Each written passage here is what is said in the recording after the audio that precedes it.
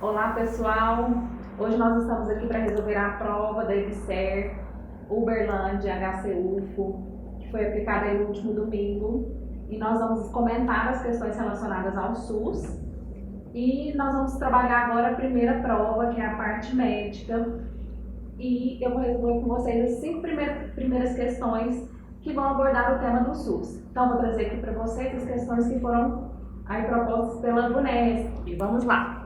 Primeira questão. Ele traz assim pra gente, ó. Assinale a alternativa correta referente aos conselhos de saúde. Então a banca já veio pedindo a parte de conselhos de saúde.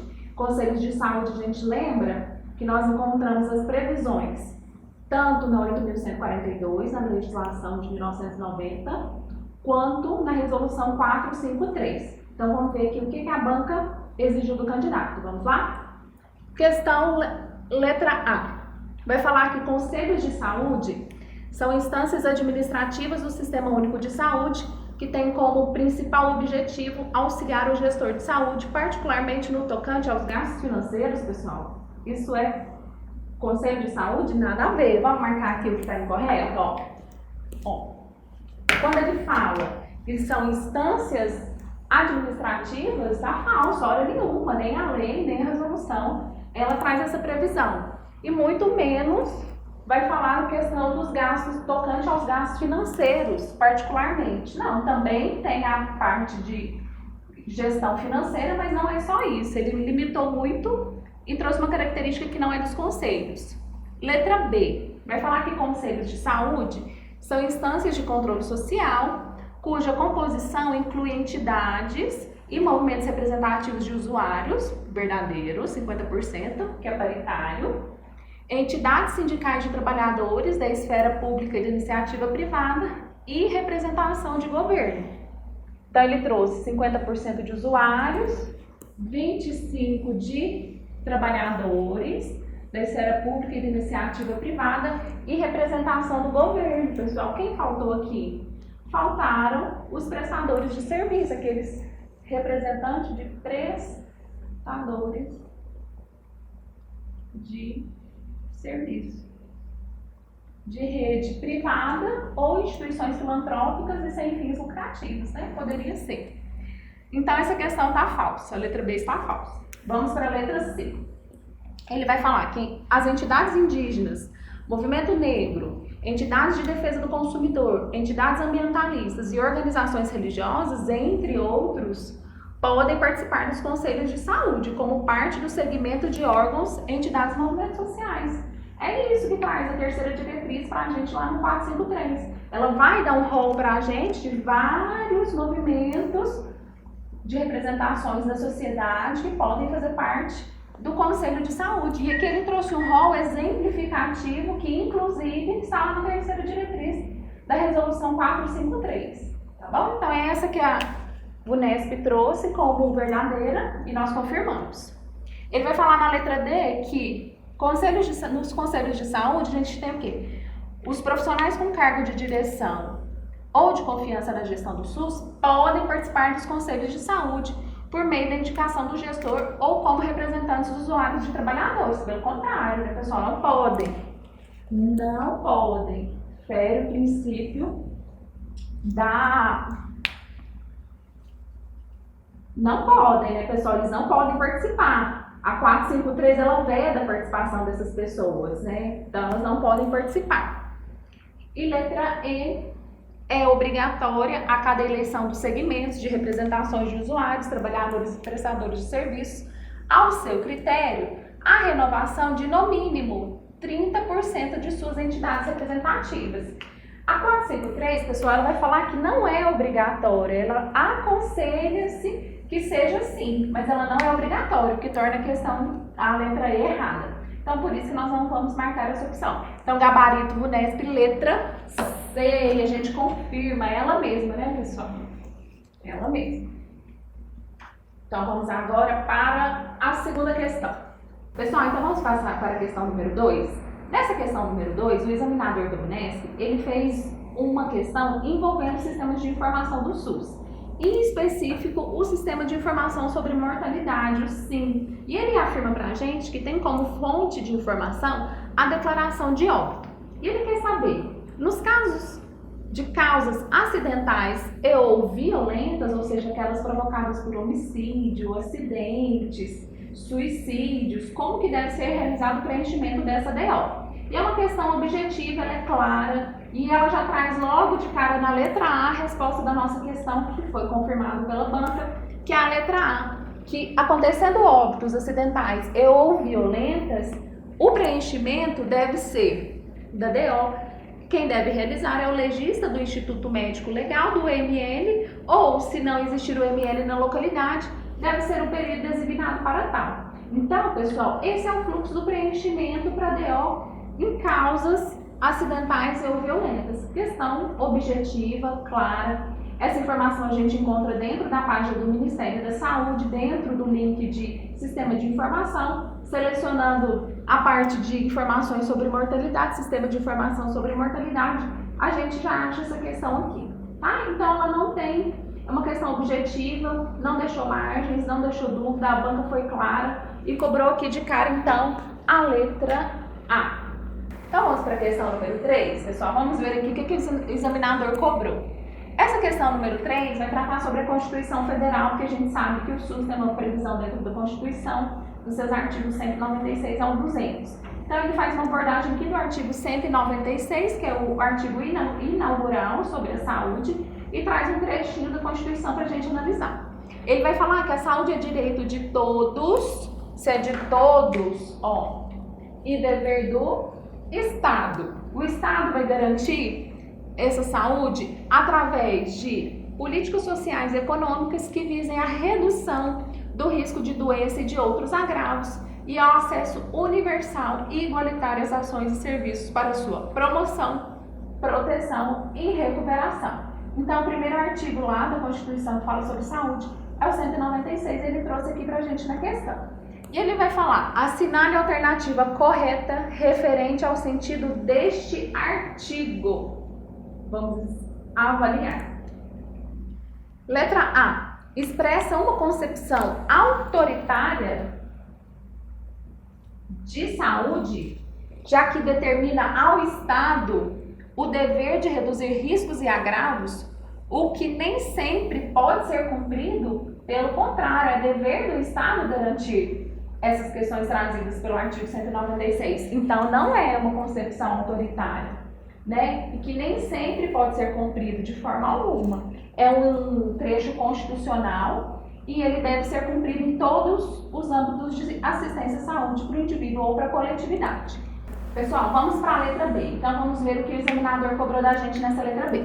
Ele vai falar que significa que a saúde deve ser garantida por políticas públicas e cobertura universal na assistência, prioritariamente no que tange ao diagnóstico precoce e ao tratamento. Não, ele vai focar mais na parte preventiva, né, e não ao diagnóstico precoce. Letra C. Traduz uma concepção anacrônica, fora de tempo, de saúde, que deve ser direito de todos aqueles que empreendam um esforço pessoal para conquistá-la e preservá-la. Então, para você ter o direito a acesso à saúde, você tem que ter um esforço pessoal para conquistá-lo. Não, isso não é critério de acesso aos serviços de saúde, né, pessoal? Isso não é critério. Então, essa questão se torna errada por conta disso. E lembrando que nós estamos avaliando a questão do artigo 196 da Constituição. Letra D. Vai falar que o artigo 196 traduz um significado paternalista de direitos sociais de dever unilateral do Estado em proporcionar saúde a todos. Gente, esse dever é unilateral? Não é unilateral, não cabe apenas um Estado promover saúde. Existe uma contrapartida das pessoas, da sociedade, das empresas, da comunidade. Então, não é unilateral do Estado. E o gabarito que a banca trouxe foi a letra E. Ele vai falar que o artigo 196 da Constituição Federal expressa a concepção de que a saúde é resultante de determinantes sociais relacionados a condições de vida e trabalho. Foi essa a resposta que a banca trouxe, foi o gabarito. Porém, se a gente fizer uma análise sobre o que realmente está escrito no enunciado, se a gente voltar aqui na questão, ele vai falar assim para a gente, que a saúde é direito de todos e dever do Estado, garantido mediante políticas sociais e econômicas que visem a redução do risco de doença e de outros agravos e ao acesso universal e igualitário às ações e serviços para sua promoção, proteção e recuperação. Acredito que o examinador levou em consideração esse pedacinho aqui, ó, mediante políticas sociais e econômicas para justificar o gabarito. Mas eu acredito que não ainda seja a melhor resposta, porque através do trecho 196 da Constituição, a gente não consegue definir, por exemplo, que ele afirma aqui, ó, que expressa a concepção de que saúde é resultante de determinantes sociais relacionados a condições de vida e trabalho. O que ele está falando aqui para a gente? Dos determinantes sociais de saúde, ele trouxe o conceito do Ministério da Saúde e do professor Bus, que é o ícone aí de referências de determinantes sociais da saúde, e do professor Pellegrini.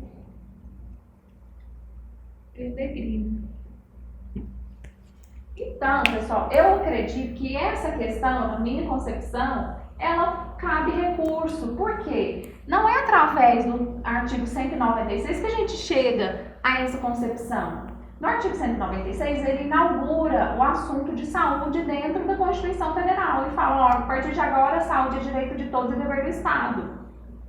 Mas ele não relaciona diretamente essas questões condicionantes com a questão de vida e trabalho.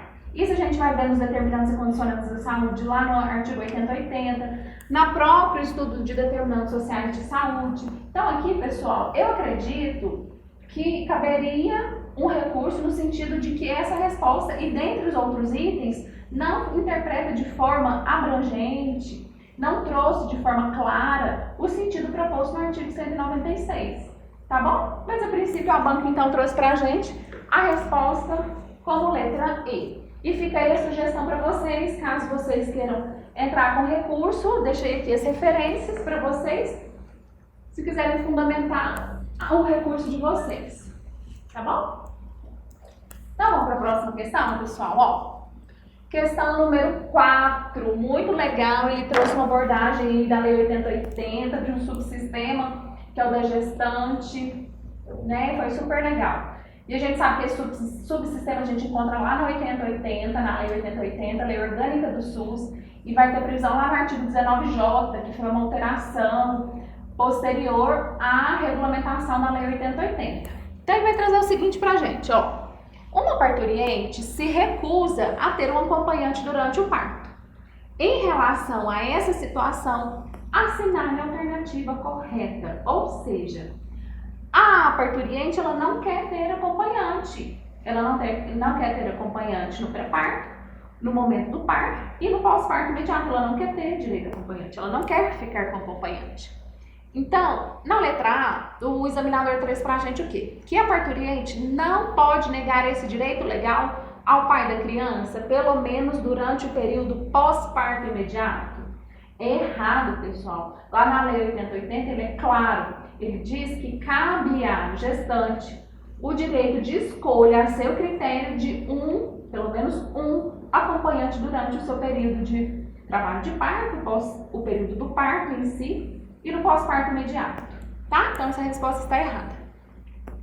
O pai da criança tem o direito legal de assistir ao parto e ao período pós-parto, desde que haja uma união estável. De forma alguma, a Lei 8080 não traz essa previsão, que depende de um vínculo entre as partes, entre a gestante e o pai da criança. Não existe essa relação. Letra C. Mesmo em caso em que o pai seja desconhecido, a parturiente tem obrigação de se fazer acompanhar por alguém durante o parto e o pós-parto. Aqui fala que é uma obrigação. Mas não é uma obrigação. A gente sabe que cabe à gestante escolher uma pessoa a seu critério e é um direito subjetivo. O que é um direito subjetivo? Você tem um determinado direito e você vai exercê-lo ou não à medida da sua necessidade. E ela não quis ninguém. tá? Então ela deixou claro que não queria ninguém. Letra D. O direito a acompanhante durante o trabalho de parto, parto e pós-parto imediato, é devido à gestante desde que queira. Então, se ela quiser, ela tem acompanhante. Se ela não quiser, ela não tem acompanhante. É isso que a Lei 8080 traz pra gente, lá no artigo 19J. É isso. E a letra E. A parturiente pode se recusar a ter um acompanhante durante o parto e pós-parto imediato, desde que tenha feito uma declaração expressa registrada em cartório. Meu Deus! Se ela não fizer, não der tempo dela ir no cartório, ela não tem acompanhante? Não, isso aqui eu acho que o examinador ele quis confundir um pouquinho para ver quem sabia do subsistema, né, pessoal? Porque não existe essa previsão. Basta ela falar, basta ela se pronunciar nesse sentido. Ela não precisa deixar nada por escrito, muito menos registrar em cartório. Não existe essa formalidade, tá bom? Então essa aqui foi a quarta questão. Então vamos para a nossa última questão da prova de médicos. Uma prova bem legal. Agora, vamos lá para a última questão, questão número 5. O que ele traz para a gente? O examinador trouxe uma questão sobre o Decreto Presidencial 7.508, justamente dentro da lista de medicações, que é o Rename. Ele fala que uma substância considerada inovadora contra determinado tipo de câncer foi testada em um paciente que já havia sido submetido a outros tratamentos, os quais não tiveram sucesso. Observou-se melhora clínica evidente, ou seja, é uma medicação em fase de teste com um indivíduo. Ele vai falar o seguinte: quanto à possibilidade de outros pacientes usufruírem dos benefícios terapêuticos, assinale a alternativa correta. Vamos lá, vamos analisar. Letra A. A partir desse resultado, a substância pode fazer parte da Relação Nacional de Medicamentos Essenciais. Basta a gente fazer um teste num determinado indivíduo, se ele tiver sucesso, a gente pode utilizar aqui no restante da população? Não podemos, né, pessoal? Isso aqui é falso. A substância poderá fazer parte da Rename quando for devidamente registrada pela Agência Nacional de Vigilância Sanitária. É a nossa questão. É o que a VUNESP trouxe pra gente. É essa aqui. Essa aqui é a nossa questão. Medicações para entrar na lista do Rename, pessoal, precisam estar registradas no órgão da Vigilância Sanitária, da Anvisa. Caso contrário, ela não pode entrar. Se ela estiver em fase de teste, alguma outra fase que não seja de comercialização ainda, porque não passou pela Anvisa, não pode ser utilizado em mais ninguém. Letra C.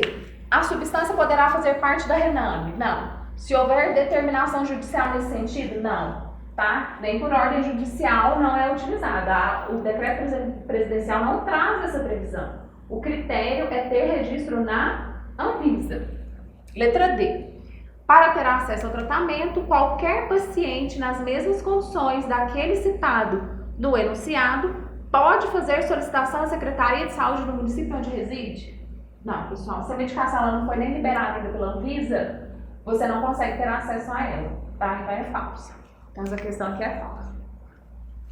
Mesmo que a substância não seja incluída na Rename, as relações específicas complementares estadual, distrital, municipal de medicamentos podem fazê-lo. Até poderia se tivesse registro na Anvisa. Como não tem registro na Anvisa, ela não pode entrar na Rename de nível nacional e não pode entrar nas listas complementares de nível de estado e município. Então, não pode, essa medicação não pode circular. Não pode ser prevista dentro da lista das medicações distribuídas pelo SUS. Ok, pessoal? Então, eu trouxe aí para vocês alguns comentários, né, sobre a prova do SUS. Foi uma prova tranquila. A banca não fez muitas questões com peso muito forte. Ela não cobrou coisas muito além daquilo dentro do edital. Só deixei a ressalva aí da questão do artigo 196, que eu acredito que o item, a letra E, vou voltar aqui na questão. A letra E da questão número 3 fala sobre o artigo 196 da Constituição Federal e pede para a gente chegar a uma interpretação desse artigo conforme os itens abaixo. E trouxe como resposta a letra E. Deixa eu ressalvo que cabe aqui um recurso, porque não é através do artigo 196 que nós chegamos a essa interpretação. Trouxe aí para vocês as referências e façam os recursos dentro do prazo, né? Caso a banca analise e reconsidere, ela vai retificar no seu gabarito, vai vir um gabarito definitivo aí. Então são essas minhas considerações, agradeço a atenção de vocês, espero que vocês tenham feito uma boa prova. A todos os nossos alunos, esses assuntos foram vistos de forma exaustiva dentro de sala de aula, fizemos várias questões para nós não ter surpresa nenhuma à prova de SUS e muito boa prova para vocês. Obrigada, pessoal!